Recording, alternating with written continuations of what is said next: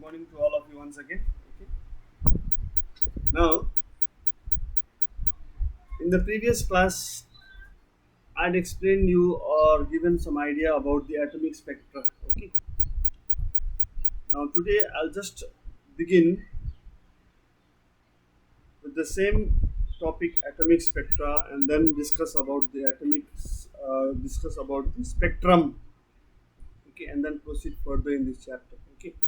Now, today is supposed to be a very important class with respect to the important concepts based on this chapter. Okay. I hope all of you can hear what I'm speaking. Yes? Okay. Now, now when I talk about atomic spectra, which I've just mentioned in the previous class, if you take atoms, if you take atoms and excite those atoms by photons, then definitely those atoms are going to emit light of certain wavelengths. Now, this light, which is corresponding to certain wavelength, they have different colors. Now, if you project these colors on a screen, this emitted light is absorbed on a series of colored lines with dark spaces in between. So you will find some dark spaces in between. Okay. Thus, this series of colored lines is called a line of atomic spectra. It's called a line or an atomic spectra. So there's a diagrammatic representation of atomic spectra over here. Okay, just for illustration purpose only. Now, moving further to spectrum, our next slide. A spectrum, if I ask, it may be regarded as a plot of intensities of the constituent parts of radiation emitted or absorbed by a substance against the wavelengths.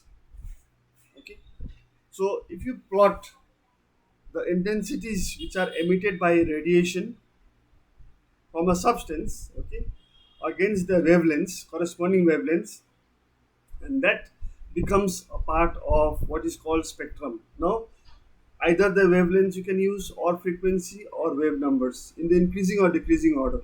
So that becomes a spectrum. So this is a correct definition according to this chapter, spectrum. So please try to remember this. A spectrum is regarded as a plot of intensities of the constituent parts of radiation emitted or absorbed by a substance against the wavelength, because if there is any substance, if light is falling on that substance, it is going to absorb or emit a radiation corresponding to a particular wavelength, and that is why we see different colored for different substances. Okay, and that is called spectrum. Okay, now moving further to the next slide for today, a glass prism.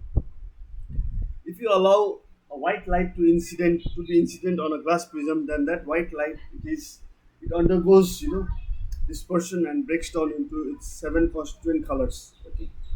Now this white light, when it is broken down into its seven constituent colors, the colors are like this: red light, orange, yellow, green, blue, indigo, and violet. Now the red light is bent least. It is bent least. Okay. Now this diagram, this chart over here will help you understand and get some idea about the wavelength and the frequency of red light. Okay. So have a look very carefully. 760, 647 nanometer range. Frequency of red light 4.3 in 10 power of 14. Okay. For orange light 647. So the wavelength, if you move from red, if you move from a red light towards violet light, the wavelength is decreasing. It is decreasing. Okay. And frequency, if you move from red light towards violet light, the frequency, it is increasing. It is increasing. Okay. So this you try to keep in your mind. This concept is important. Okay. So because of a lower frequency, because of a lower frequency and high wavelength. Red light is bent least, okay, whereas violet is bent most. Okay, so this is a concept from spectrum. Now, moving to the main part over here.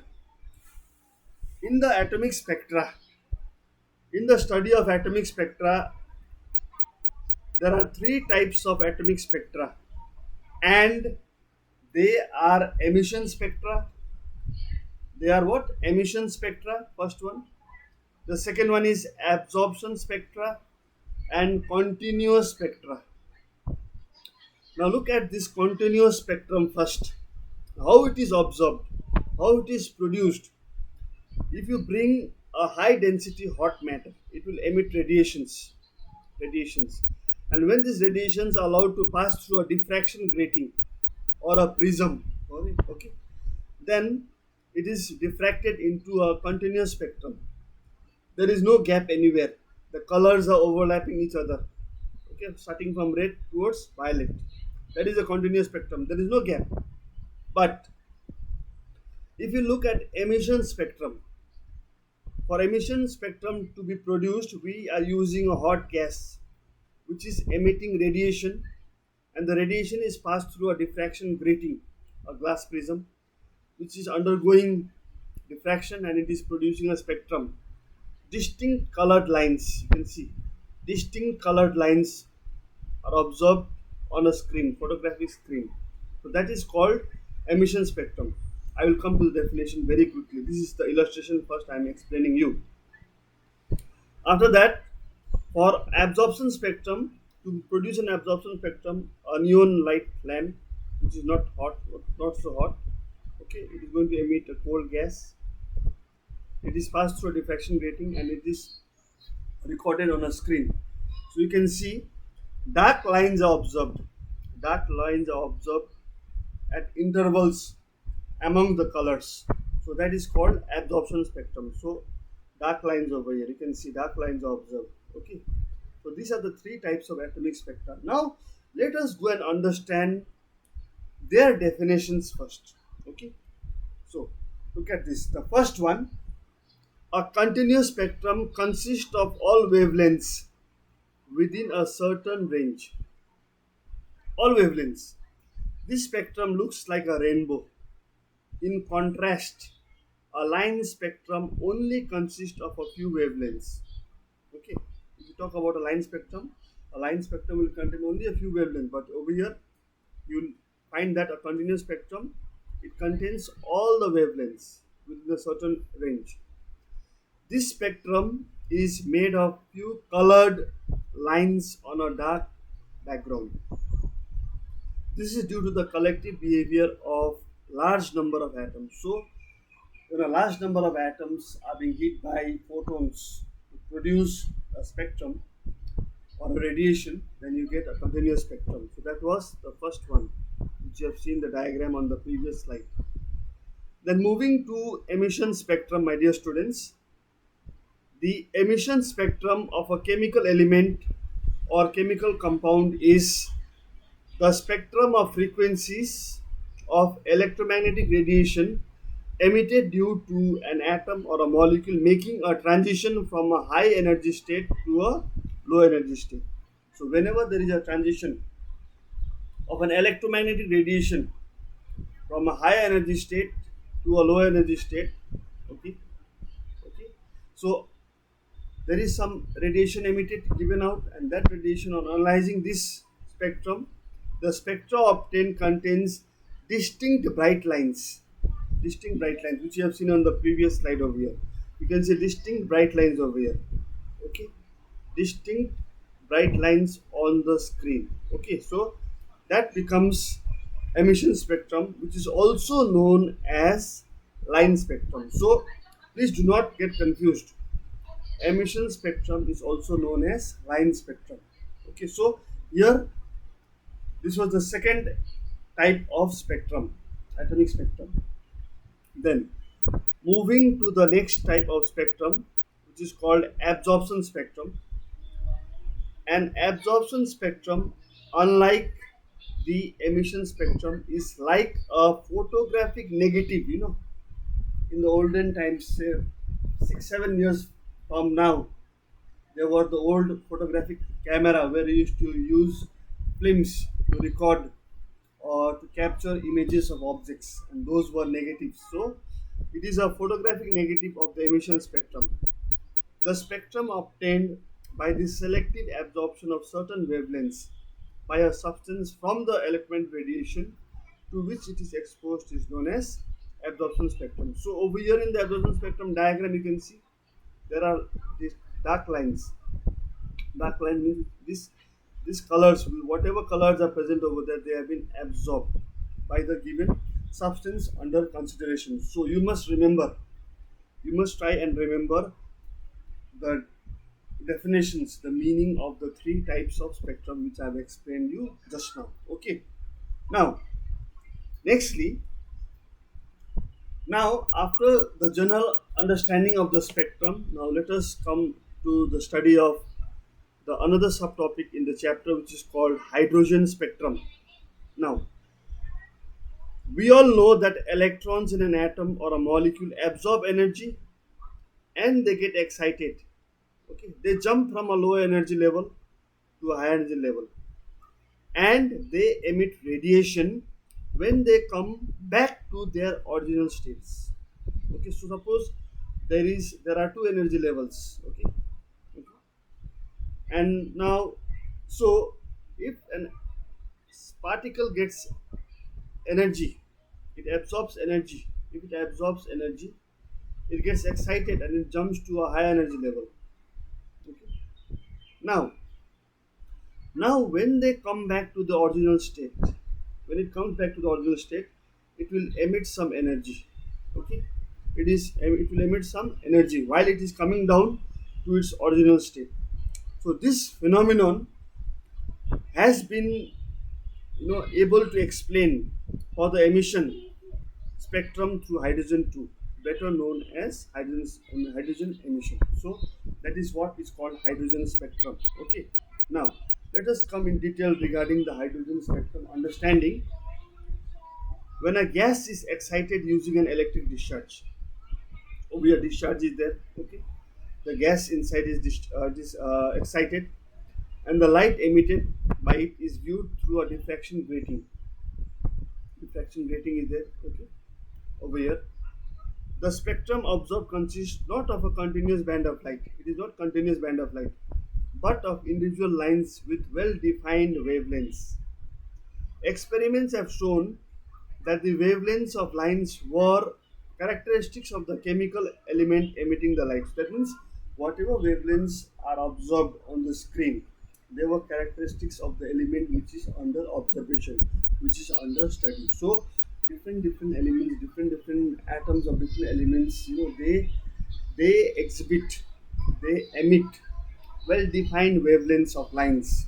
Okay, and that is observed on the screen, emitting a corresponding frequency or corresponding wavelength of line which can be obtained on the screen. Okay, so that is how we understand hydrogen spectrum. Okay, now moving further to a similar diagram, there's a spectrometer. This entire arrangement is a part of a spectrometer which is used for recording the spectrum of hydrogen, an element, an atom of hydrogen or hydrogen gas. Source is here. There's a slit over here. Dispersion device can be a prism. Then there is an exit slit and there is a sample. Here you can keep the hydrogen. Okay, and then after that detector over here. So this is how we get or use a spectrometer for recording the spectrum of an element like hydrogen. Okay. Now, moving to the next slide in detail, what is hydrogen spectrum? Let us see. Now, this hydrogen spectrum, it is an important piece of evidence to show the quantized electronic structure. Quantized means in packets. Quantized means whole number, integral whole number, electronic structure of an atom. The hydrogen atoms of the molecule dissociate. If you take the molecule into under consideration and bombard the molecule with say photons, So the molecule is going to dissociate as soon as electric discharge is passed through it, through a gaseous hydrogen molecule. Now, this results in the emission of electromagnetic radiation initiated by the energetically excited hydrogen atoms. So, after the hydrogen atoms are excited because of the electric discharge causing the emission of electromagnetic radiation, the excited hydrogen atoms they start to up, move up in high energy levels, absorbing energy in quanta. Okay, the emission spectrum comprises radiation of discrete frequencies, integral whole number, 1f, 2f, 3f, and so on. Now, this series of radiation they have been named after the scientists who discovered them. For example, when value of n it is 1, then Lyman series of lines observed. It is called Lyman series, named after the person Lyman. Then the next one was Balmer series, when the value of n is 2. Okay. Then next one is Ritz-Passion series, when the value of n is equal to 3. Okay. The next one is Brackett series, when the value of n is equal to 4. Okay. And the next one is Pfund series, value of n is equal to 5, and so on. So these are the important series, okay, which have been named after the scientist to explain the emission of hydrogen spectrum comprising of discrete frequencies. Layman will have one frequency, Balmer will have another frequency, Ritz-Passion will have another frequency, Brackett will have another frequency, Pfund will have another frequency. Okay, so I want you all to remember this: Layman, Balmer, Passion, Brackett, and Pfund series. So there will be a question: what are the series? What are the series of radiations named and classified into for the corresponding values of n is equal to 1, 2, 3, 4, and 5? So you must be able to write down. For n is equal to 1, the series is named as Layman. For n is equal to 2, the series is named as Balmer. For n is equal to 3, the series is named as Passion. For n is equal to 4, the series is named as Brackett. And for n is equal to 5, the series is named as Pfund. Okay, so this you should be able to answer. So that means what I am trying to say over here is, when a hydrogen molecule it is uh, it is allowed to be hit by an electric discharge, and it is passed through the electric discharge is passed through the gaseous hydrogen molecule, the emission of electromagnetic radiation initiated by the energetically excited hydrogen atoms happens. Thus, the hydrogen emission spectrum comprises, it gives out, it forms a spectrum which contains these discrete frequencies series which are formed, which are named as either Layman, Balmer, Passion, Brackett, and Pfund. So, these are the things which you must remember. Okay, over here: Layman series, Balmer series, Passion, Brackett, and Pfund. Okay, now let us go to the most important formula over here, which will be used in the calculation, and this formula is called the Balmer formula. The derivation of this formula is not required. It is not required at all. But the formula has to be learned by all of us to use the formula to solve various problems based on this formula. Now, 1 by lambda, this lambda stands for the wavelength. It is given over here. This is the wave number. 1 by lambda is wave number. Capital R is a constant. It is called Rydberg's constant, 109675 per centimeter. And N1 and N2 have integral values as shown below in this chart over here. For Lyman, value of N1 is 1, and the values of N2 can be 2, 3, 4, and so on. The main spectral lines for Lyman, it is ultraviolet. Balmer is the only series for which the value of n is 2 and value of n2 becomes 3, 4, 5, and so on. This is the only series which falls under the visible region. So this could be a possible question. Okay. Among the 5 series which falls under the spectral lines visible region. So answer is Balmer. Okay. For Passion, when the value of n is equal to 3, the n1 is 3, value of n2 can be 4, 5, 6, and so on. It falls under infrared. The Brackett also falls under infrared. and P fund also falls under infrared main spectral lines. Now, for example, if you take the Balmer formula for Lyman series, if you apply it, n1 is 1 and n2 can be 2, 3, 4. You can put the value of n2 as either 2 or 3 or 4 and so on. And knowing the Rydberg's constant as 109675 per centimeter, you can get the value of 1 by lambda or wave number for that particular spectrum which is observed. Okay. Now, so I want you all to learn this formula with the various observations, with various abbreviations of the what you call over here, the symbols in this formula. Okay.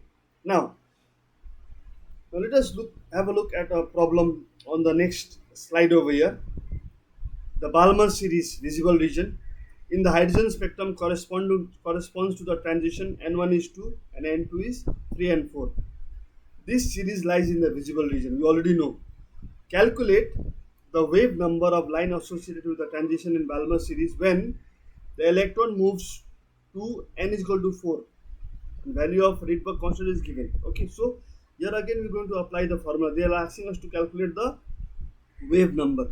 Wave number is 1 by lambda, that is Rydberg's constant, and then 1 by n1 square minus 1 by n2 square. So if you put the values in the formula, okay, well, we get the wave number or 1 by lambda. Rydberg constant is given 109677 divided by 1 by n1. For Balmer series, n1 is 2. 1 by 2 square minus, and n2 value is 4th orbit, so it is 4 square. So upon simplification, if you simplify this, it comes like this: 4 minus 1 by 16, because this is 4, this is 16, LCM is 16. So upon simplification, the value of the wave number, it is coming to 20564.44 centimeter. Okay, so that is how we're going to calculate the wave number of the line associated with the transition. Whenever there is a transition in Balmer series, when the electron moves from n1 is equal to 2 to n2 is equal to 4, 4th orbit. So this n1 n2 stands for what? The orbits in which the particles are transiting. They are moving or jumping up or jumping down. Okay, so this was one problem. So you should be able to do such problems. So please have a look at this problem again once I've completed the class. Okay, now we shall move to the next problem over here. Have a look at this problem. Okay, now I want you all to do the sum with me. I also do, you also do at the same time. Okay, we'll do the problem at the same time. Okay, now have a look. The question says,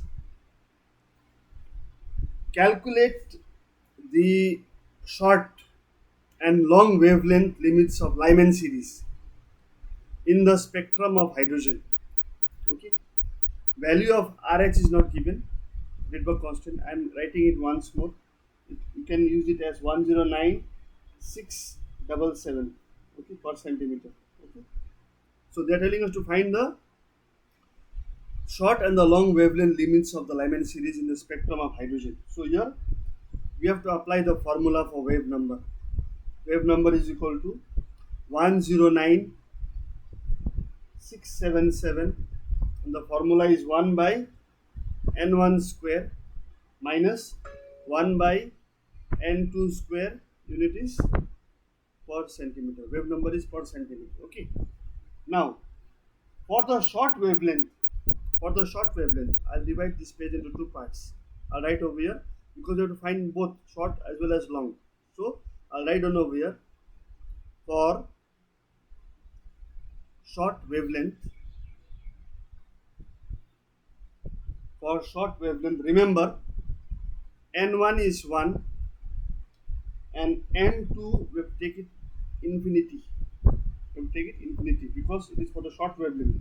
We're not interested in the upper limit. So if we put the values now in the formula, wave number becomes equal to, wavelength limits become equal to 109677, open the bracket, 1 by 1 square minus 1 by infinity square. 1 by infinity square is how much? It's 0 only. So we are simply getting, for the short wavelength, we are getting the wave number as simply 109677 per centimeter. Now get the wavelength. Okay, so therefore wavelength lambda is equal to 1 by wave number, 1 by wave number. Okay, so that becomes 1 by 109677, it is per centimeter. So if you divide 1 by 109677, use a calculator, you will get approximately 9118, or in the correct order I can get the answer 9.118 into 10 to the power of minus 6 centimeter. Okay, in centimeter, or I can convert this into what, angstrom. No, angstrom means what, 10 to the power of minus 10. So 6, 7, 8, 9, 10. Okay, so it becomes 6, so 911.8. So 911.8 angstrom. The answer, this is the for the short wavelength. Okay. Now, if you work out for the long wavelength, for for long wavelength, remember n1 will be 1 only because it is Lyman series, and n2 will be, for the long wavelength, it will be 2. Okay. Okay. Now put the values in the formula to calculate the wave number. 109677, 1 by 1 square minus 1 by 2 square. So upon simplification, you should get this one. Wave number, you should get 8.225 into 10 to the power of 4 per centimeter. So the wavelength becomes 1 by wave number, that is equal to 1 divided by, it is 10 power of 4, so 1 2 3 4, so 8.225. So we can write it as 8 1 2 3 4, so 82250. If you simplify this, you will get the answer 1 by 82250. You will get the answer as approximately 1.216 into 10 to the power of minus 5 centimeter. Okay. Now converting this centimeter into meter and then into angstrom, we will get approximately the answer 1216 angstrom. So this is for the longer wavelength. Okay, this is for the longer wavelength, and this value is for the shorter wavelength. So this is the numerical which is based on the Balmer formula. Okay, I hope all of you got the idea. So there's nothing hard to understand over here. Just remember things over here. For short wavelength, n1 is the value corresponding to that particular series.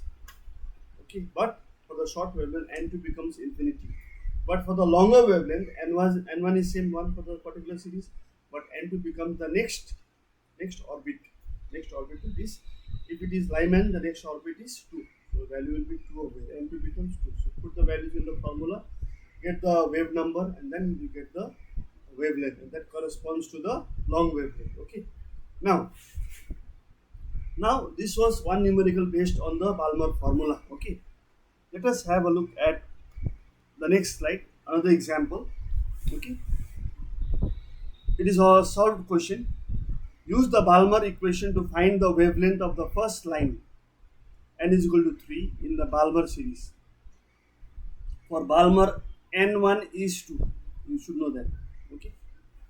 And they are telling us n2 will be 3. Okay. So here 1 by lambda is r, 1 by 2 square plus 1 by 3 square, n is equal to 3, and value of r they are using in per meter. Okay. They have told us to use the value of R Rydberg constant in per meter. Okay, 1.097 power of 7 per meter. So putting the values over here, the value of lambda is coming 1 divided by 0.361 R. Okay, if you put the value of R, we get lambda as 656 nanometer. 656 into 10 to the power of minus 9 meters. That is the answer. Okay, now the question has been extended. How can you find the energy? So once you know the value of the wavelength lambda, you can easily get the energy by using the equation. C is the speed of light, this is the frequency, this is the lambda. So first what you can do is calculate the frequency. Okay, from here the speed of light doesn't change. Lambda we already know over here in meters. and put this value of F in the equation, because H is a constant. H is a Planck's constant. It is a constant. It is called Planck's constant. 6.634 into 10 to the power of minus 34 joules. Okay, joules second. Okay, so that is the value of Planck constant, which is normally given. It's always given in the examination. So that is how we can find the energy for that particular transition of the line in the Balmer series. Okay, so that was an example. Please go through the example carefully. You should be able to do the sums on your own. Okay, now now after this, let us understand about the defects of the Rutherford's model. The Rutherford's model was a failure. Why was it a failure? Let us see. Now this fellow Rutherford, he told that any particle in a circular orbit would undergo acceleration. Would undergo what? Acceleration. And during acceleration, the charged particle would radiate energy. Okay, so if the particle is radiating energy, means giving out energy, so the revolving electrons would lose energy and fall slowly as time goes by into the nucleus, and the atom would be unstable. We know that atoms are stable. So this was a very important point for the failure or the defect of the Rutherford's model of the atom. According to Rutherford, what he was trying to say is electrons, when they are going round and round, they are losing energy and they are going towards the center, and finally they are finally falling slowly on the nucleus and disappearing, and that is making the atom unstable. But we know today that atom is stable. Thus the Rutherford's model was not able to explain the atomic spectrum of hydrogen, nor the stability of an atom. Thus, because of the failure of Rutherford's model, came the Bohr's model for hydrogen and hydrogen-like atoms, which we'll be learning further. Okay, now let us have a look at our next slide. The Bohr's model. The Bohr's model consists of small nucleus. There is a small nucleus over here, which is positively charged, surrounded by negative electrons moving around the nucleus in orbits. Electrons are in orbits fixed, what we call moving in their own particular respective orbits. Now, Bohr found that an electron located away from the nucleus has more energy. Please make a note of this. Bohr found that the electron located away from the nucleus has more energy because it is far from the influence of the nucleus, and electrons close to the nucleus have lesser energy. Okay, because it is under the influence of the nucleus. That is why if you want to excite an electron from the lower orbit to the high orbit, you have to provide energy. Or if you want to make an electron fall from a higher orbit to a lower orbit, you have to remove the energy, and a photon particle has to be emitted with corresponding energy is equal to hv.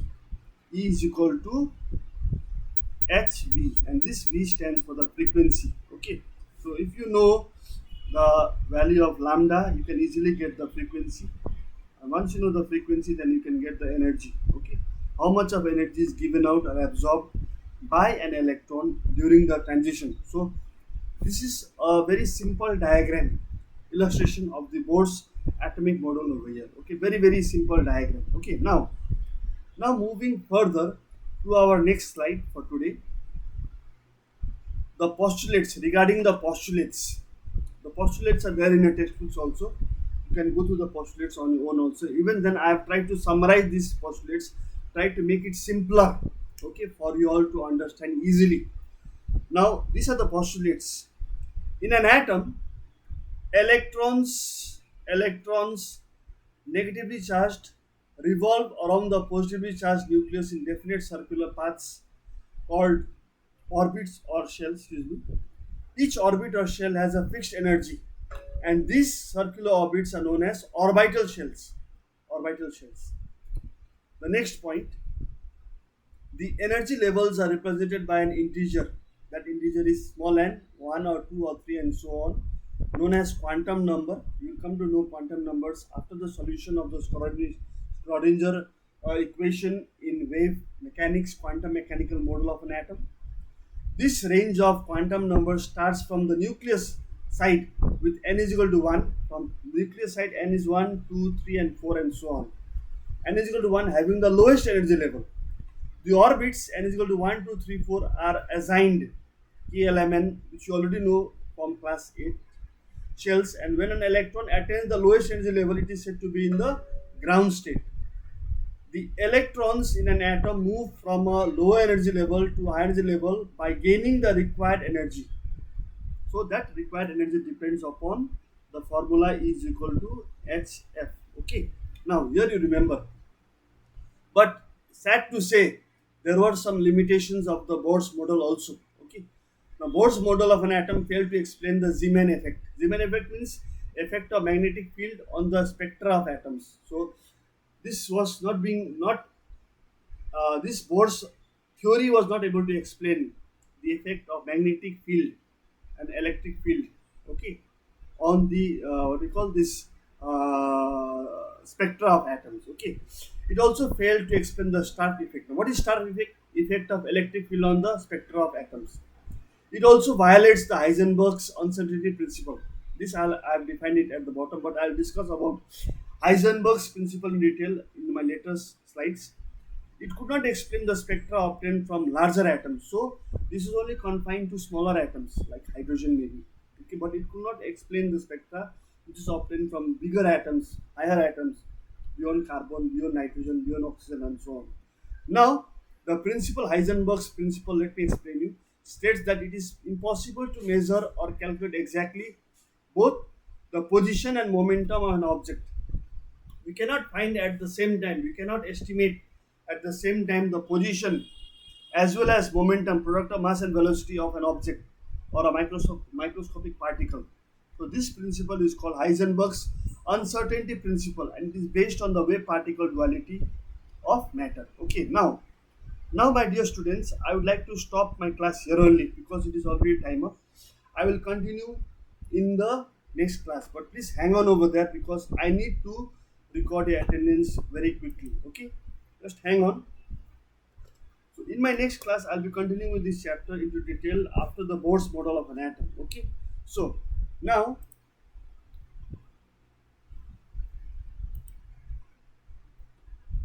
I shall record the attendance. There are 45 boys present in today's class. Okay, I have downloaded the attendance list. Now you may get ready for the next class or join the other class. I'm leaving.